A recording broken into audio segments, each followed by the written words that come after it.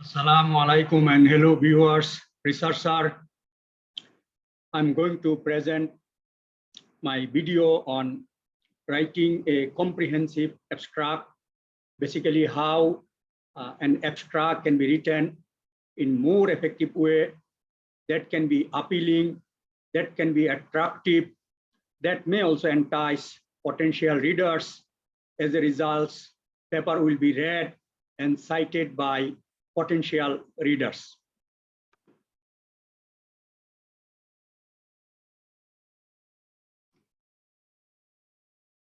So as you can see here, abstract is necessary for many other purposes. It's not only for writing a paper, as researchers need to write their thesis, which is at undergraduate level, master's level, PhD level. So this also will be helpful for both undergraduate and postgraduate students to write their thesis abstract as well. So main idea is to share this experience on how to write good abstract for scientific paper, that is for original paper, review paper, conference paper. That is the main focus. However, there are other purposes, as you can see here. So it is also useful when researchers are going to write a proposal. In the proposal also, sometimes it is called executive summary, sometimes it is called abstract, sometimes it is called summary. So it will be useful if researcher knows how to write an abstract executive summary that I am going to share here. So it will be useful for writing their proposal, report, assignment. So these are some of the things, for example, report, assignment. These are also at undergraduate level. Students need to write their report, assignment, proposal. So I'm sure that this also will be useful for undergraduate students as well. So what is the abstract? Let me define abstract in a simple way. So these basically researchers need to tell readers what they have done and the important findings. Basically what you did is basically the summary of your work. So that summary basically I'm going to share here in this presentation in subsequent slides. Abstract also should be short and precise. As you will know, in scientific writing, normally these are very important words that your work, your paper, your introduction, all of your content should be short and precise. So unnecessary content should not be there. It should not be too long. So that's why these terms are important. So it should be short and precise. Abstract also should have a precise conclusion to entice potential readers.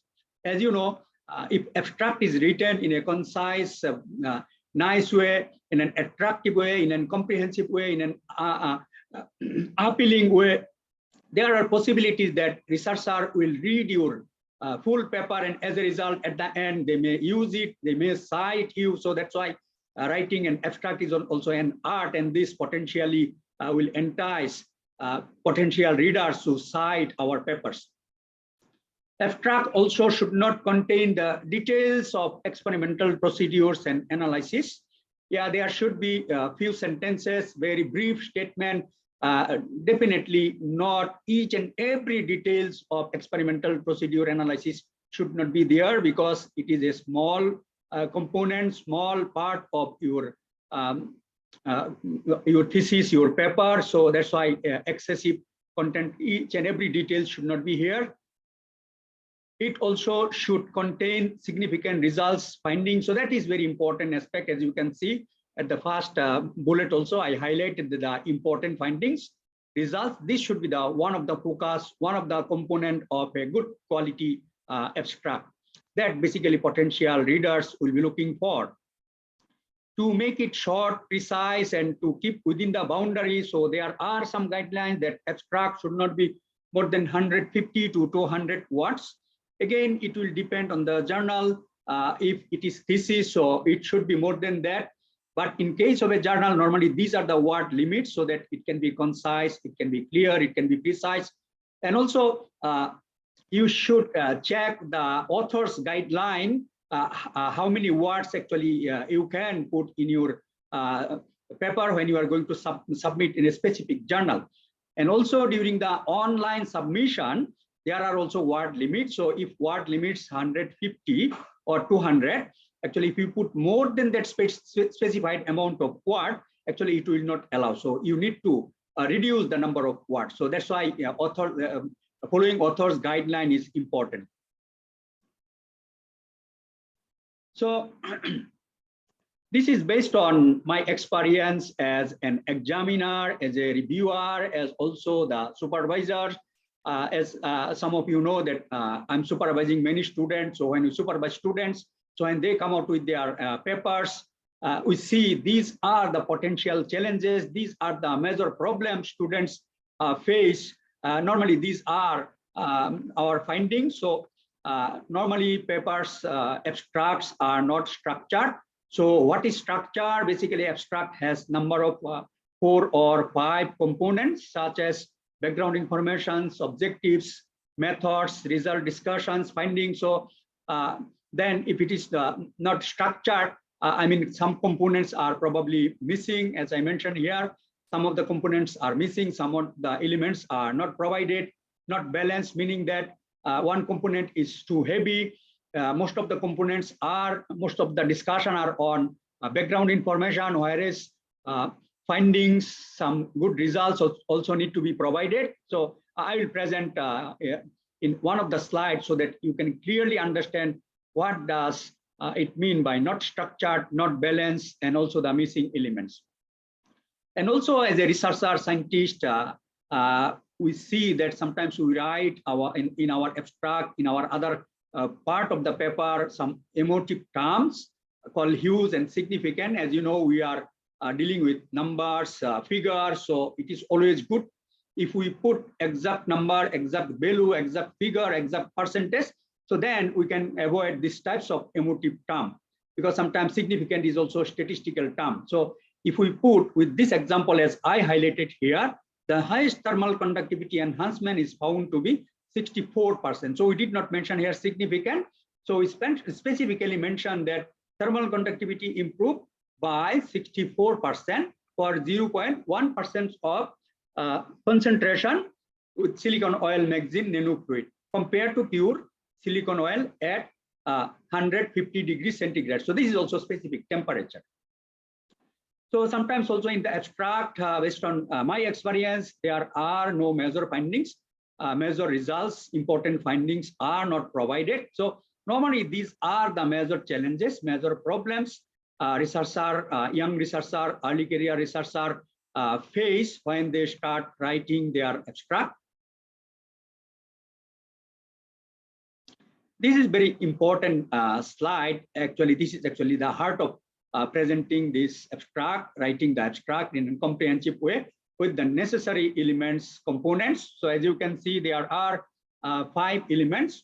One of them is the background information. So a few sentences, normally 1 or 2 sentences should be on background information.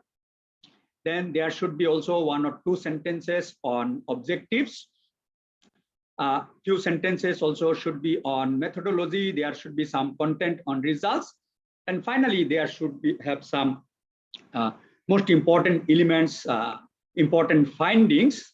Okay, so these are basically the major components of an abstract. So if you follow this way, your abstract, this will make your abstract comprehensive, well-structured, well-balanced, and there will be no missing elements. And as a result, reviewers, examiners may not be able to ask so many questions. They may not be able to put you in challenging situations. As a result, your abstract will be very well written. And this may also entice potential readers to cite your paper. So this is an example of an abstract so that you can make your abstract well-structured, balanced, no missing elements with the appropriate number of elements as I highlighted in the previous slides. So as you can see, in the background information, there are few sentences. Okay, I highlighted here, brackish water desalination using solar steam. Also the abbreviation is provided here. Not so much abbreviation should not be provided here as well. Okay, so as you can see, background information, that is basically importance uses of this here. Then is the objectives. As you can see, 2 sentences are here, the objectives. Okay, what actually in this paper will be doing. As you can see, there is a synthesis of magazine materials to use as a coating material to improve the performance. So this is basically the objectives. And then method. So how we are going to produce the results. Very briefly, as you can see, abstract is 150 to 200 words. So excessive number of words cannot be written here.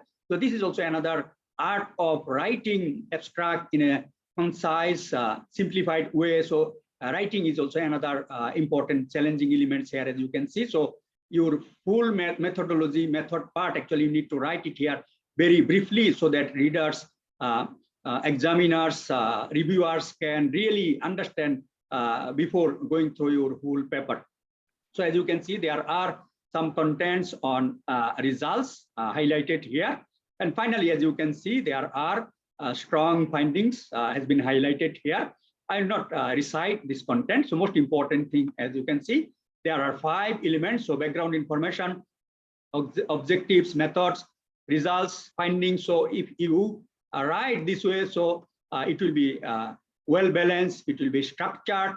There is no excessive amount of materials on the methodology, result discussion. So this made your abstract well balanced, well structured. So this potentially will entice readers.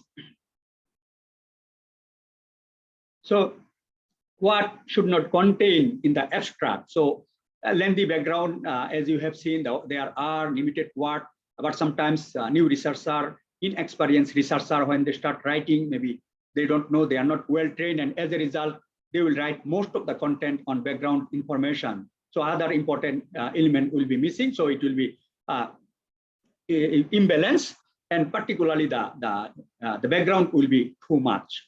Okay. So in some cases, we also see researchers provide their citation or references. So it is also not good practice. So references, citations, information should not be in the abstract. It should be in the introduction, in the literature part, and other part of the paper. Details of the laboratory procedure. So again, experimental methods, procedure, each and every detail should not be here. Very brief, 1 or 2 sentences, as you have seen in the previous slides. Details about the statistical methods or software used. So each and every detail should not be here, very briefly. And also abbreviations, acronyms, jargons.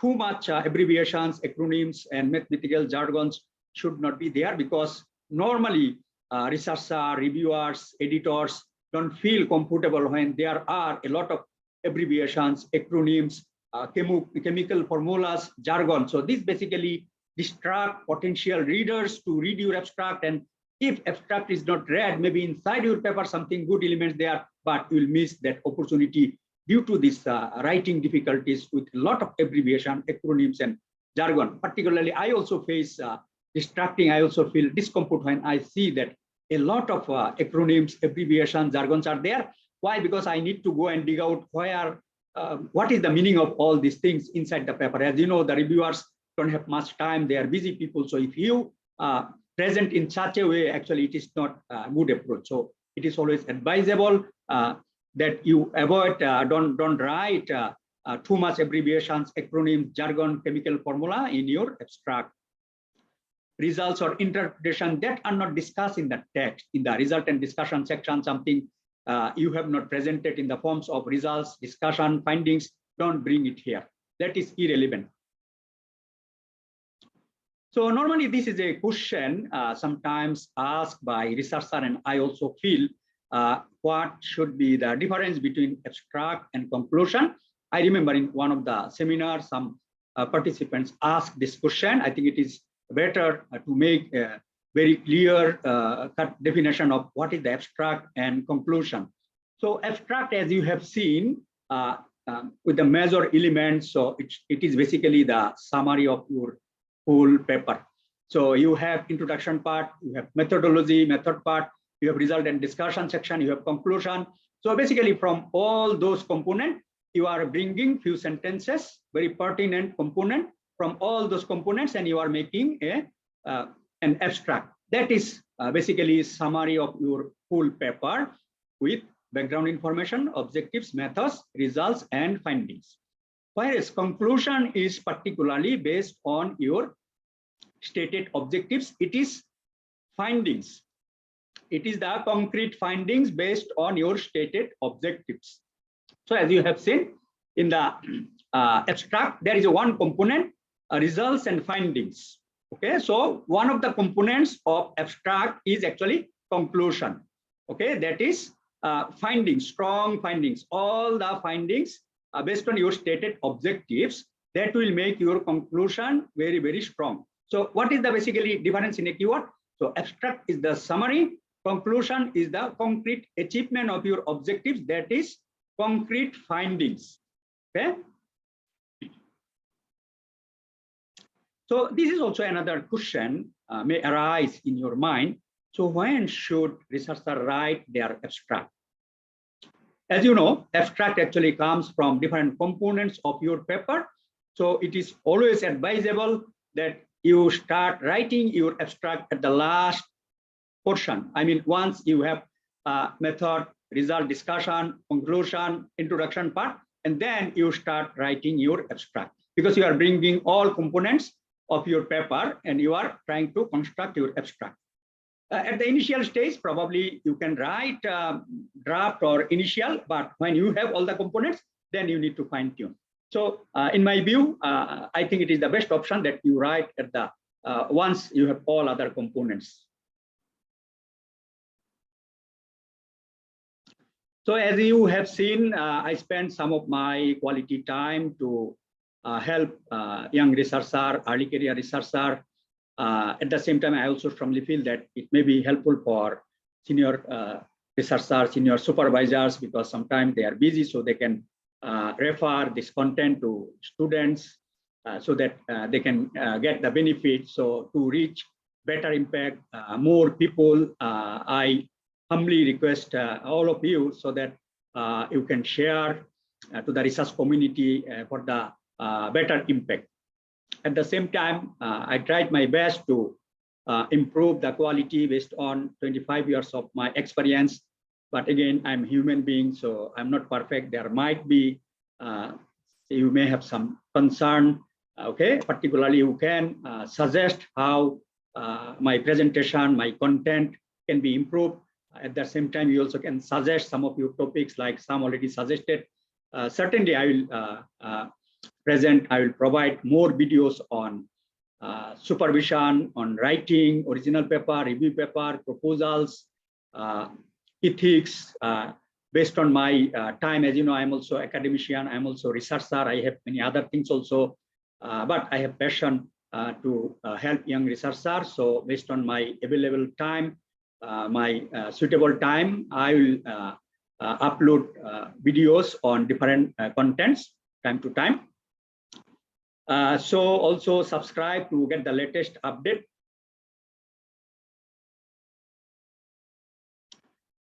This is our LinkedIn page, our center page. So you can explore some of our research tips. Particularly, I also post some of the research tips in LinkedIn page, Facebook page.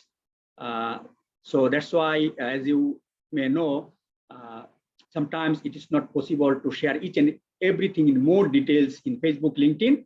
So this is basically the reason I have created this YouTube channel, so that I can give you the lecture in the form of a video for more details of any specific topics.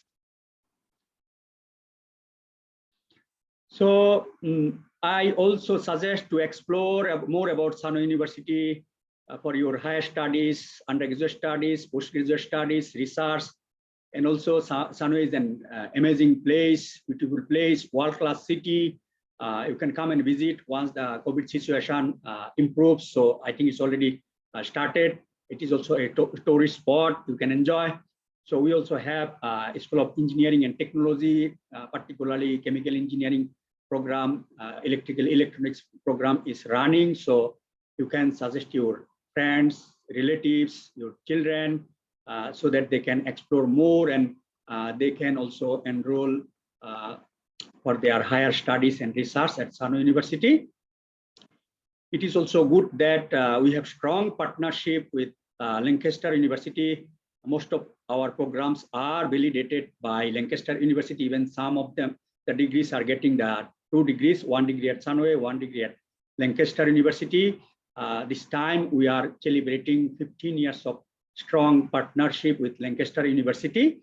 So this is one of the strengths of Sano University. As many of you also know that I'm also working with Lancaster University. So with that, I would like to end my presentation for today. Thank you very much.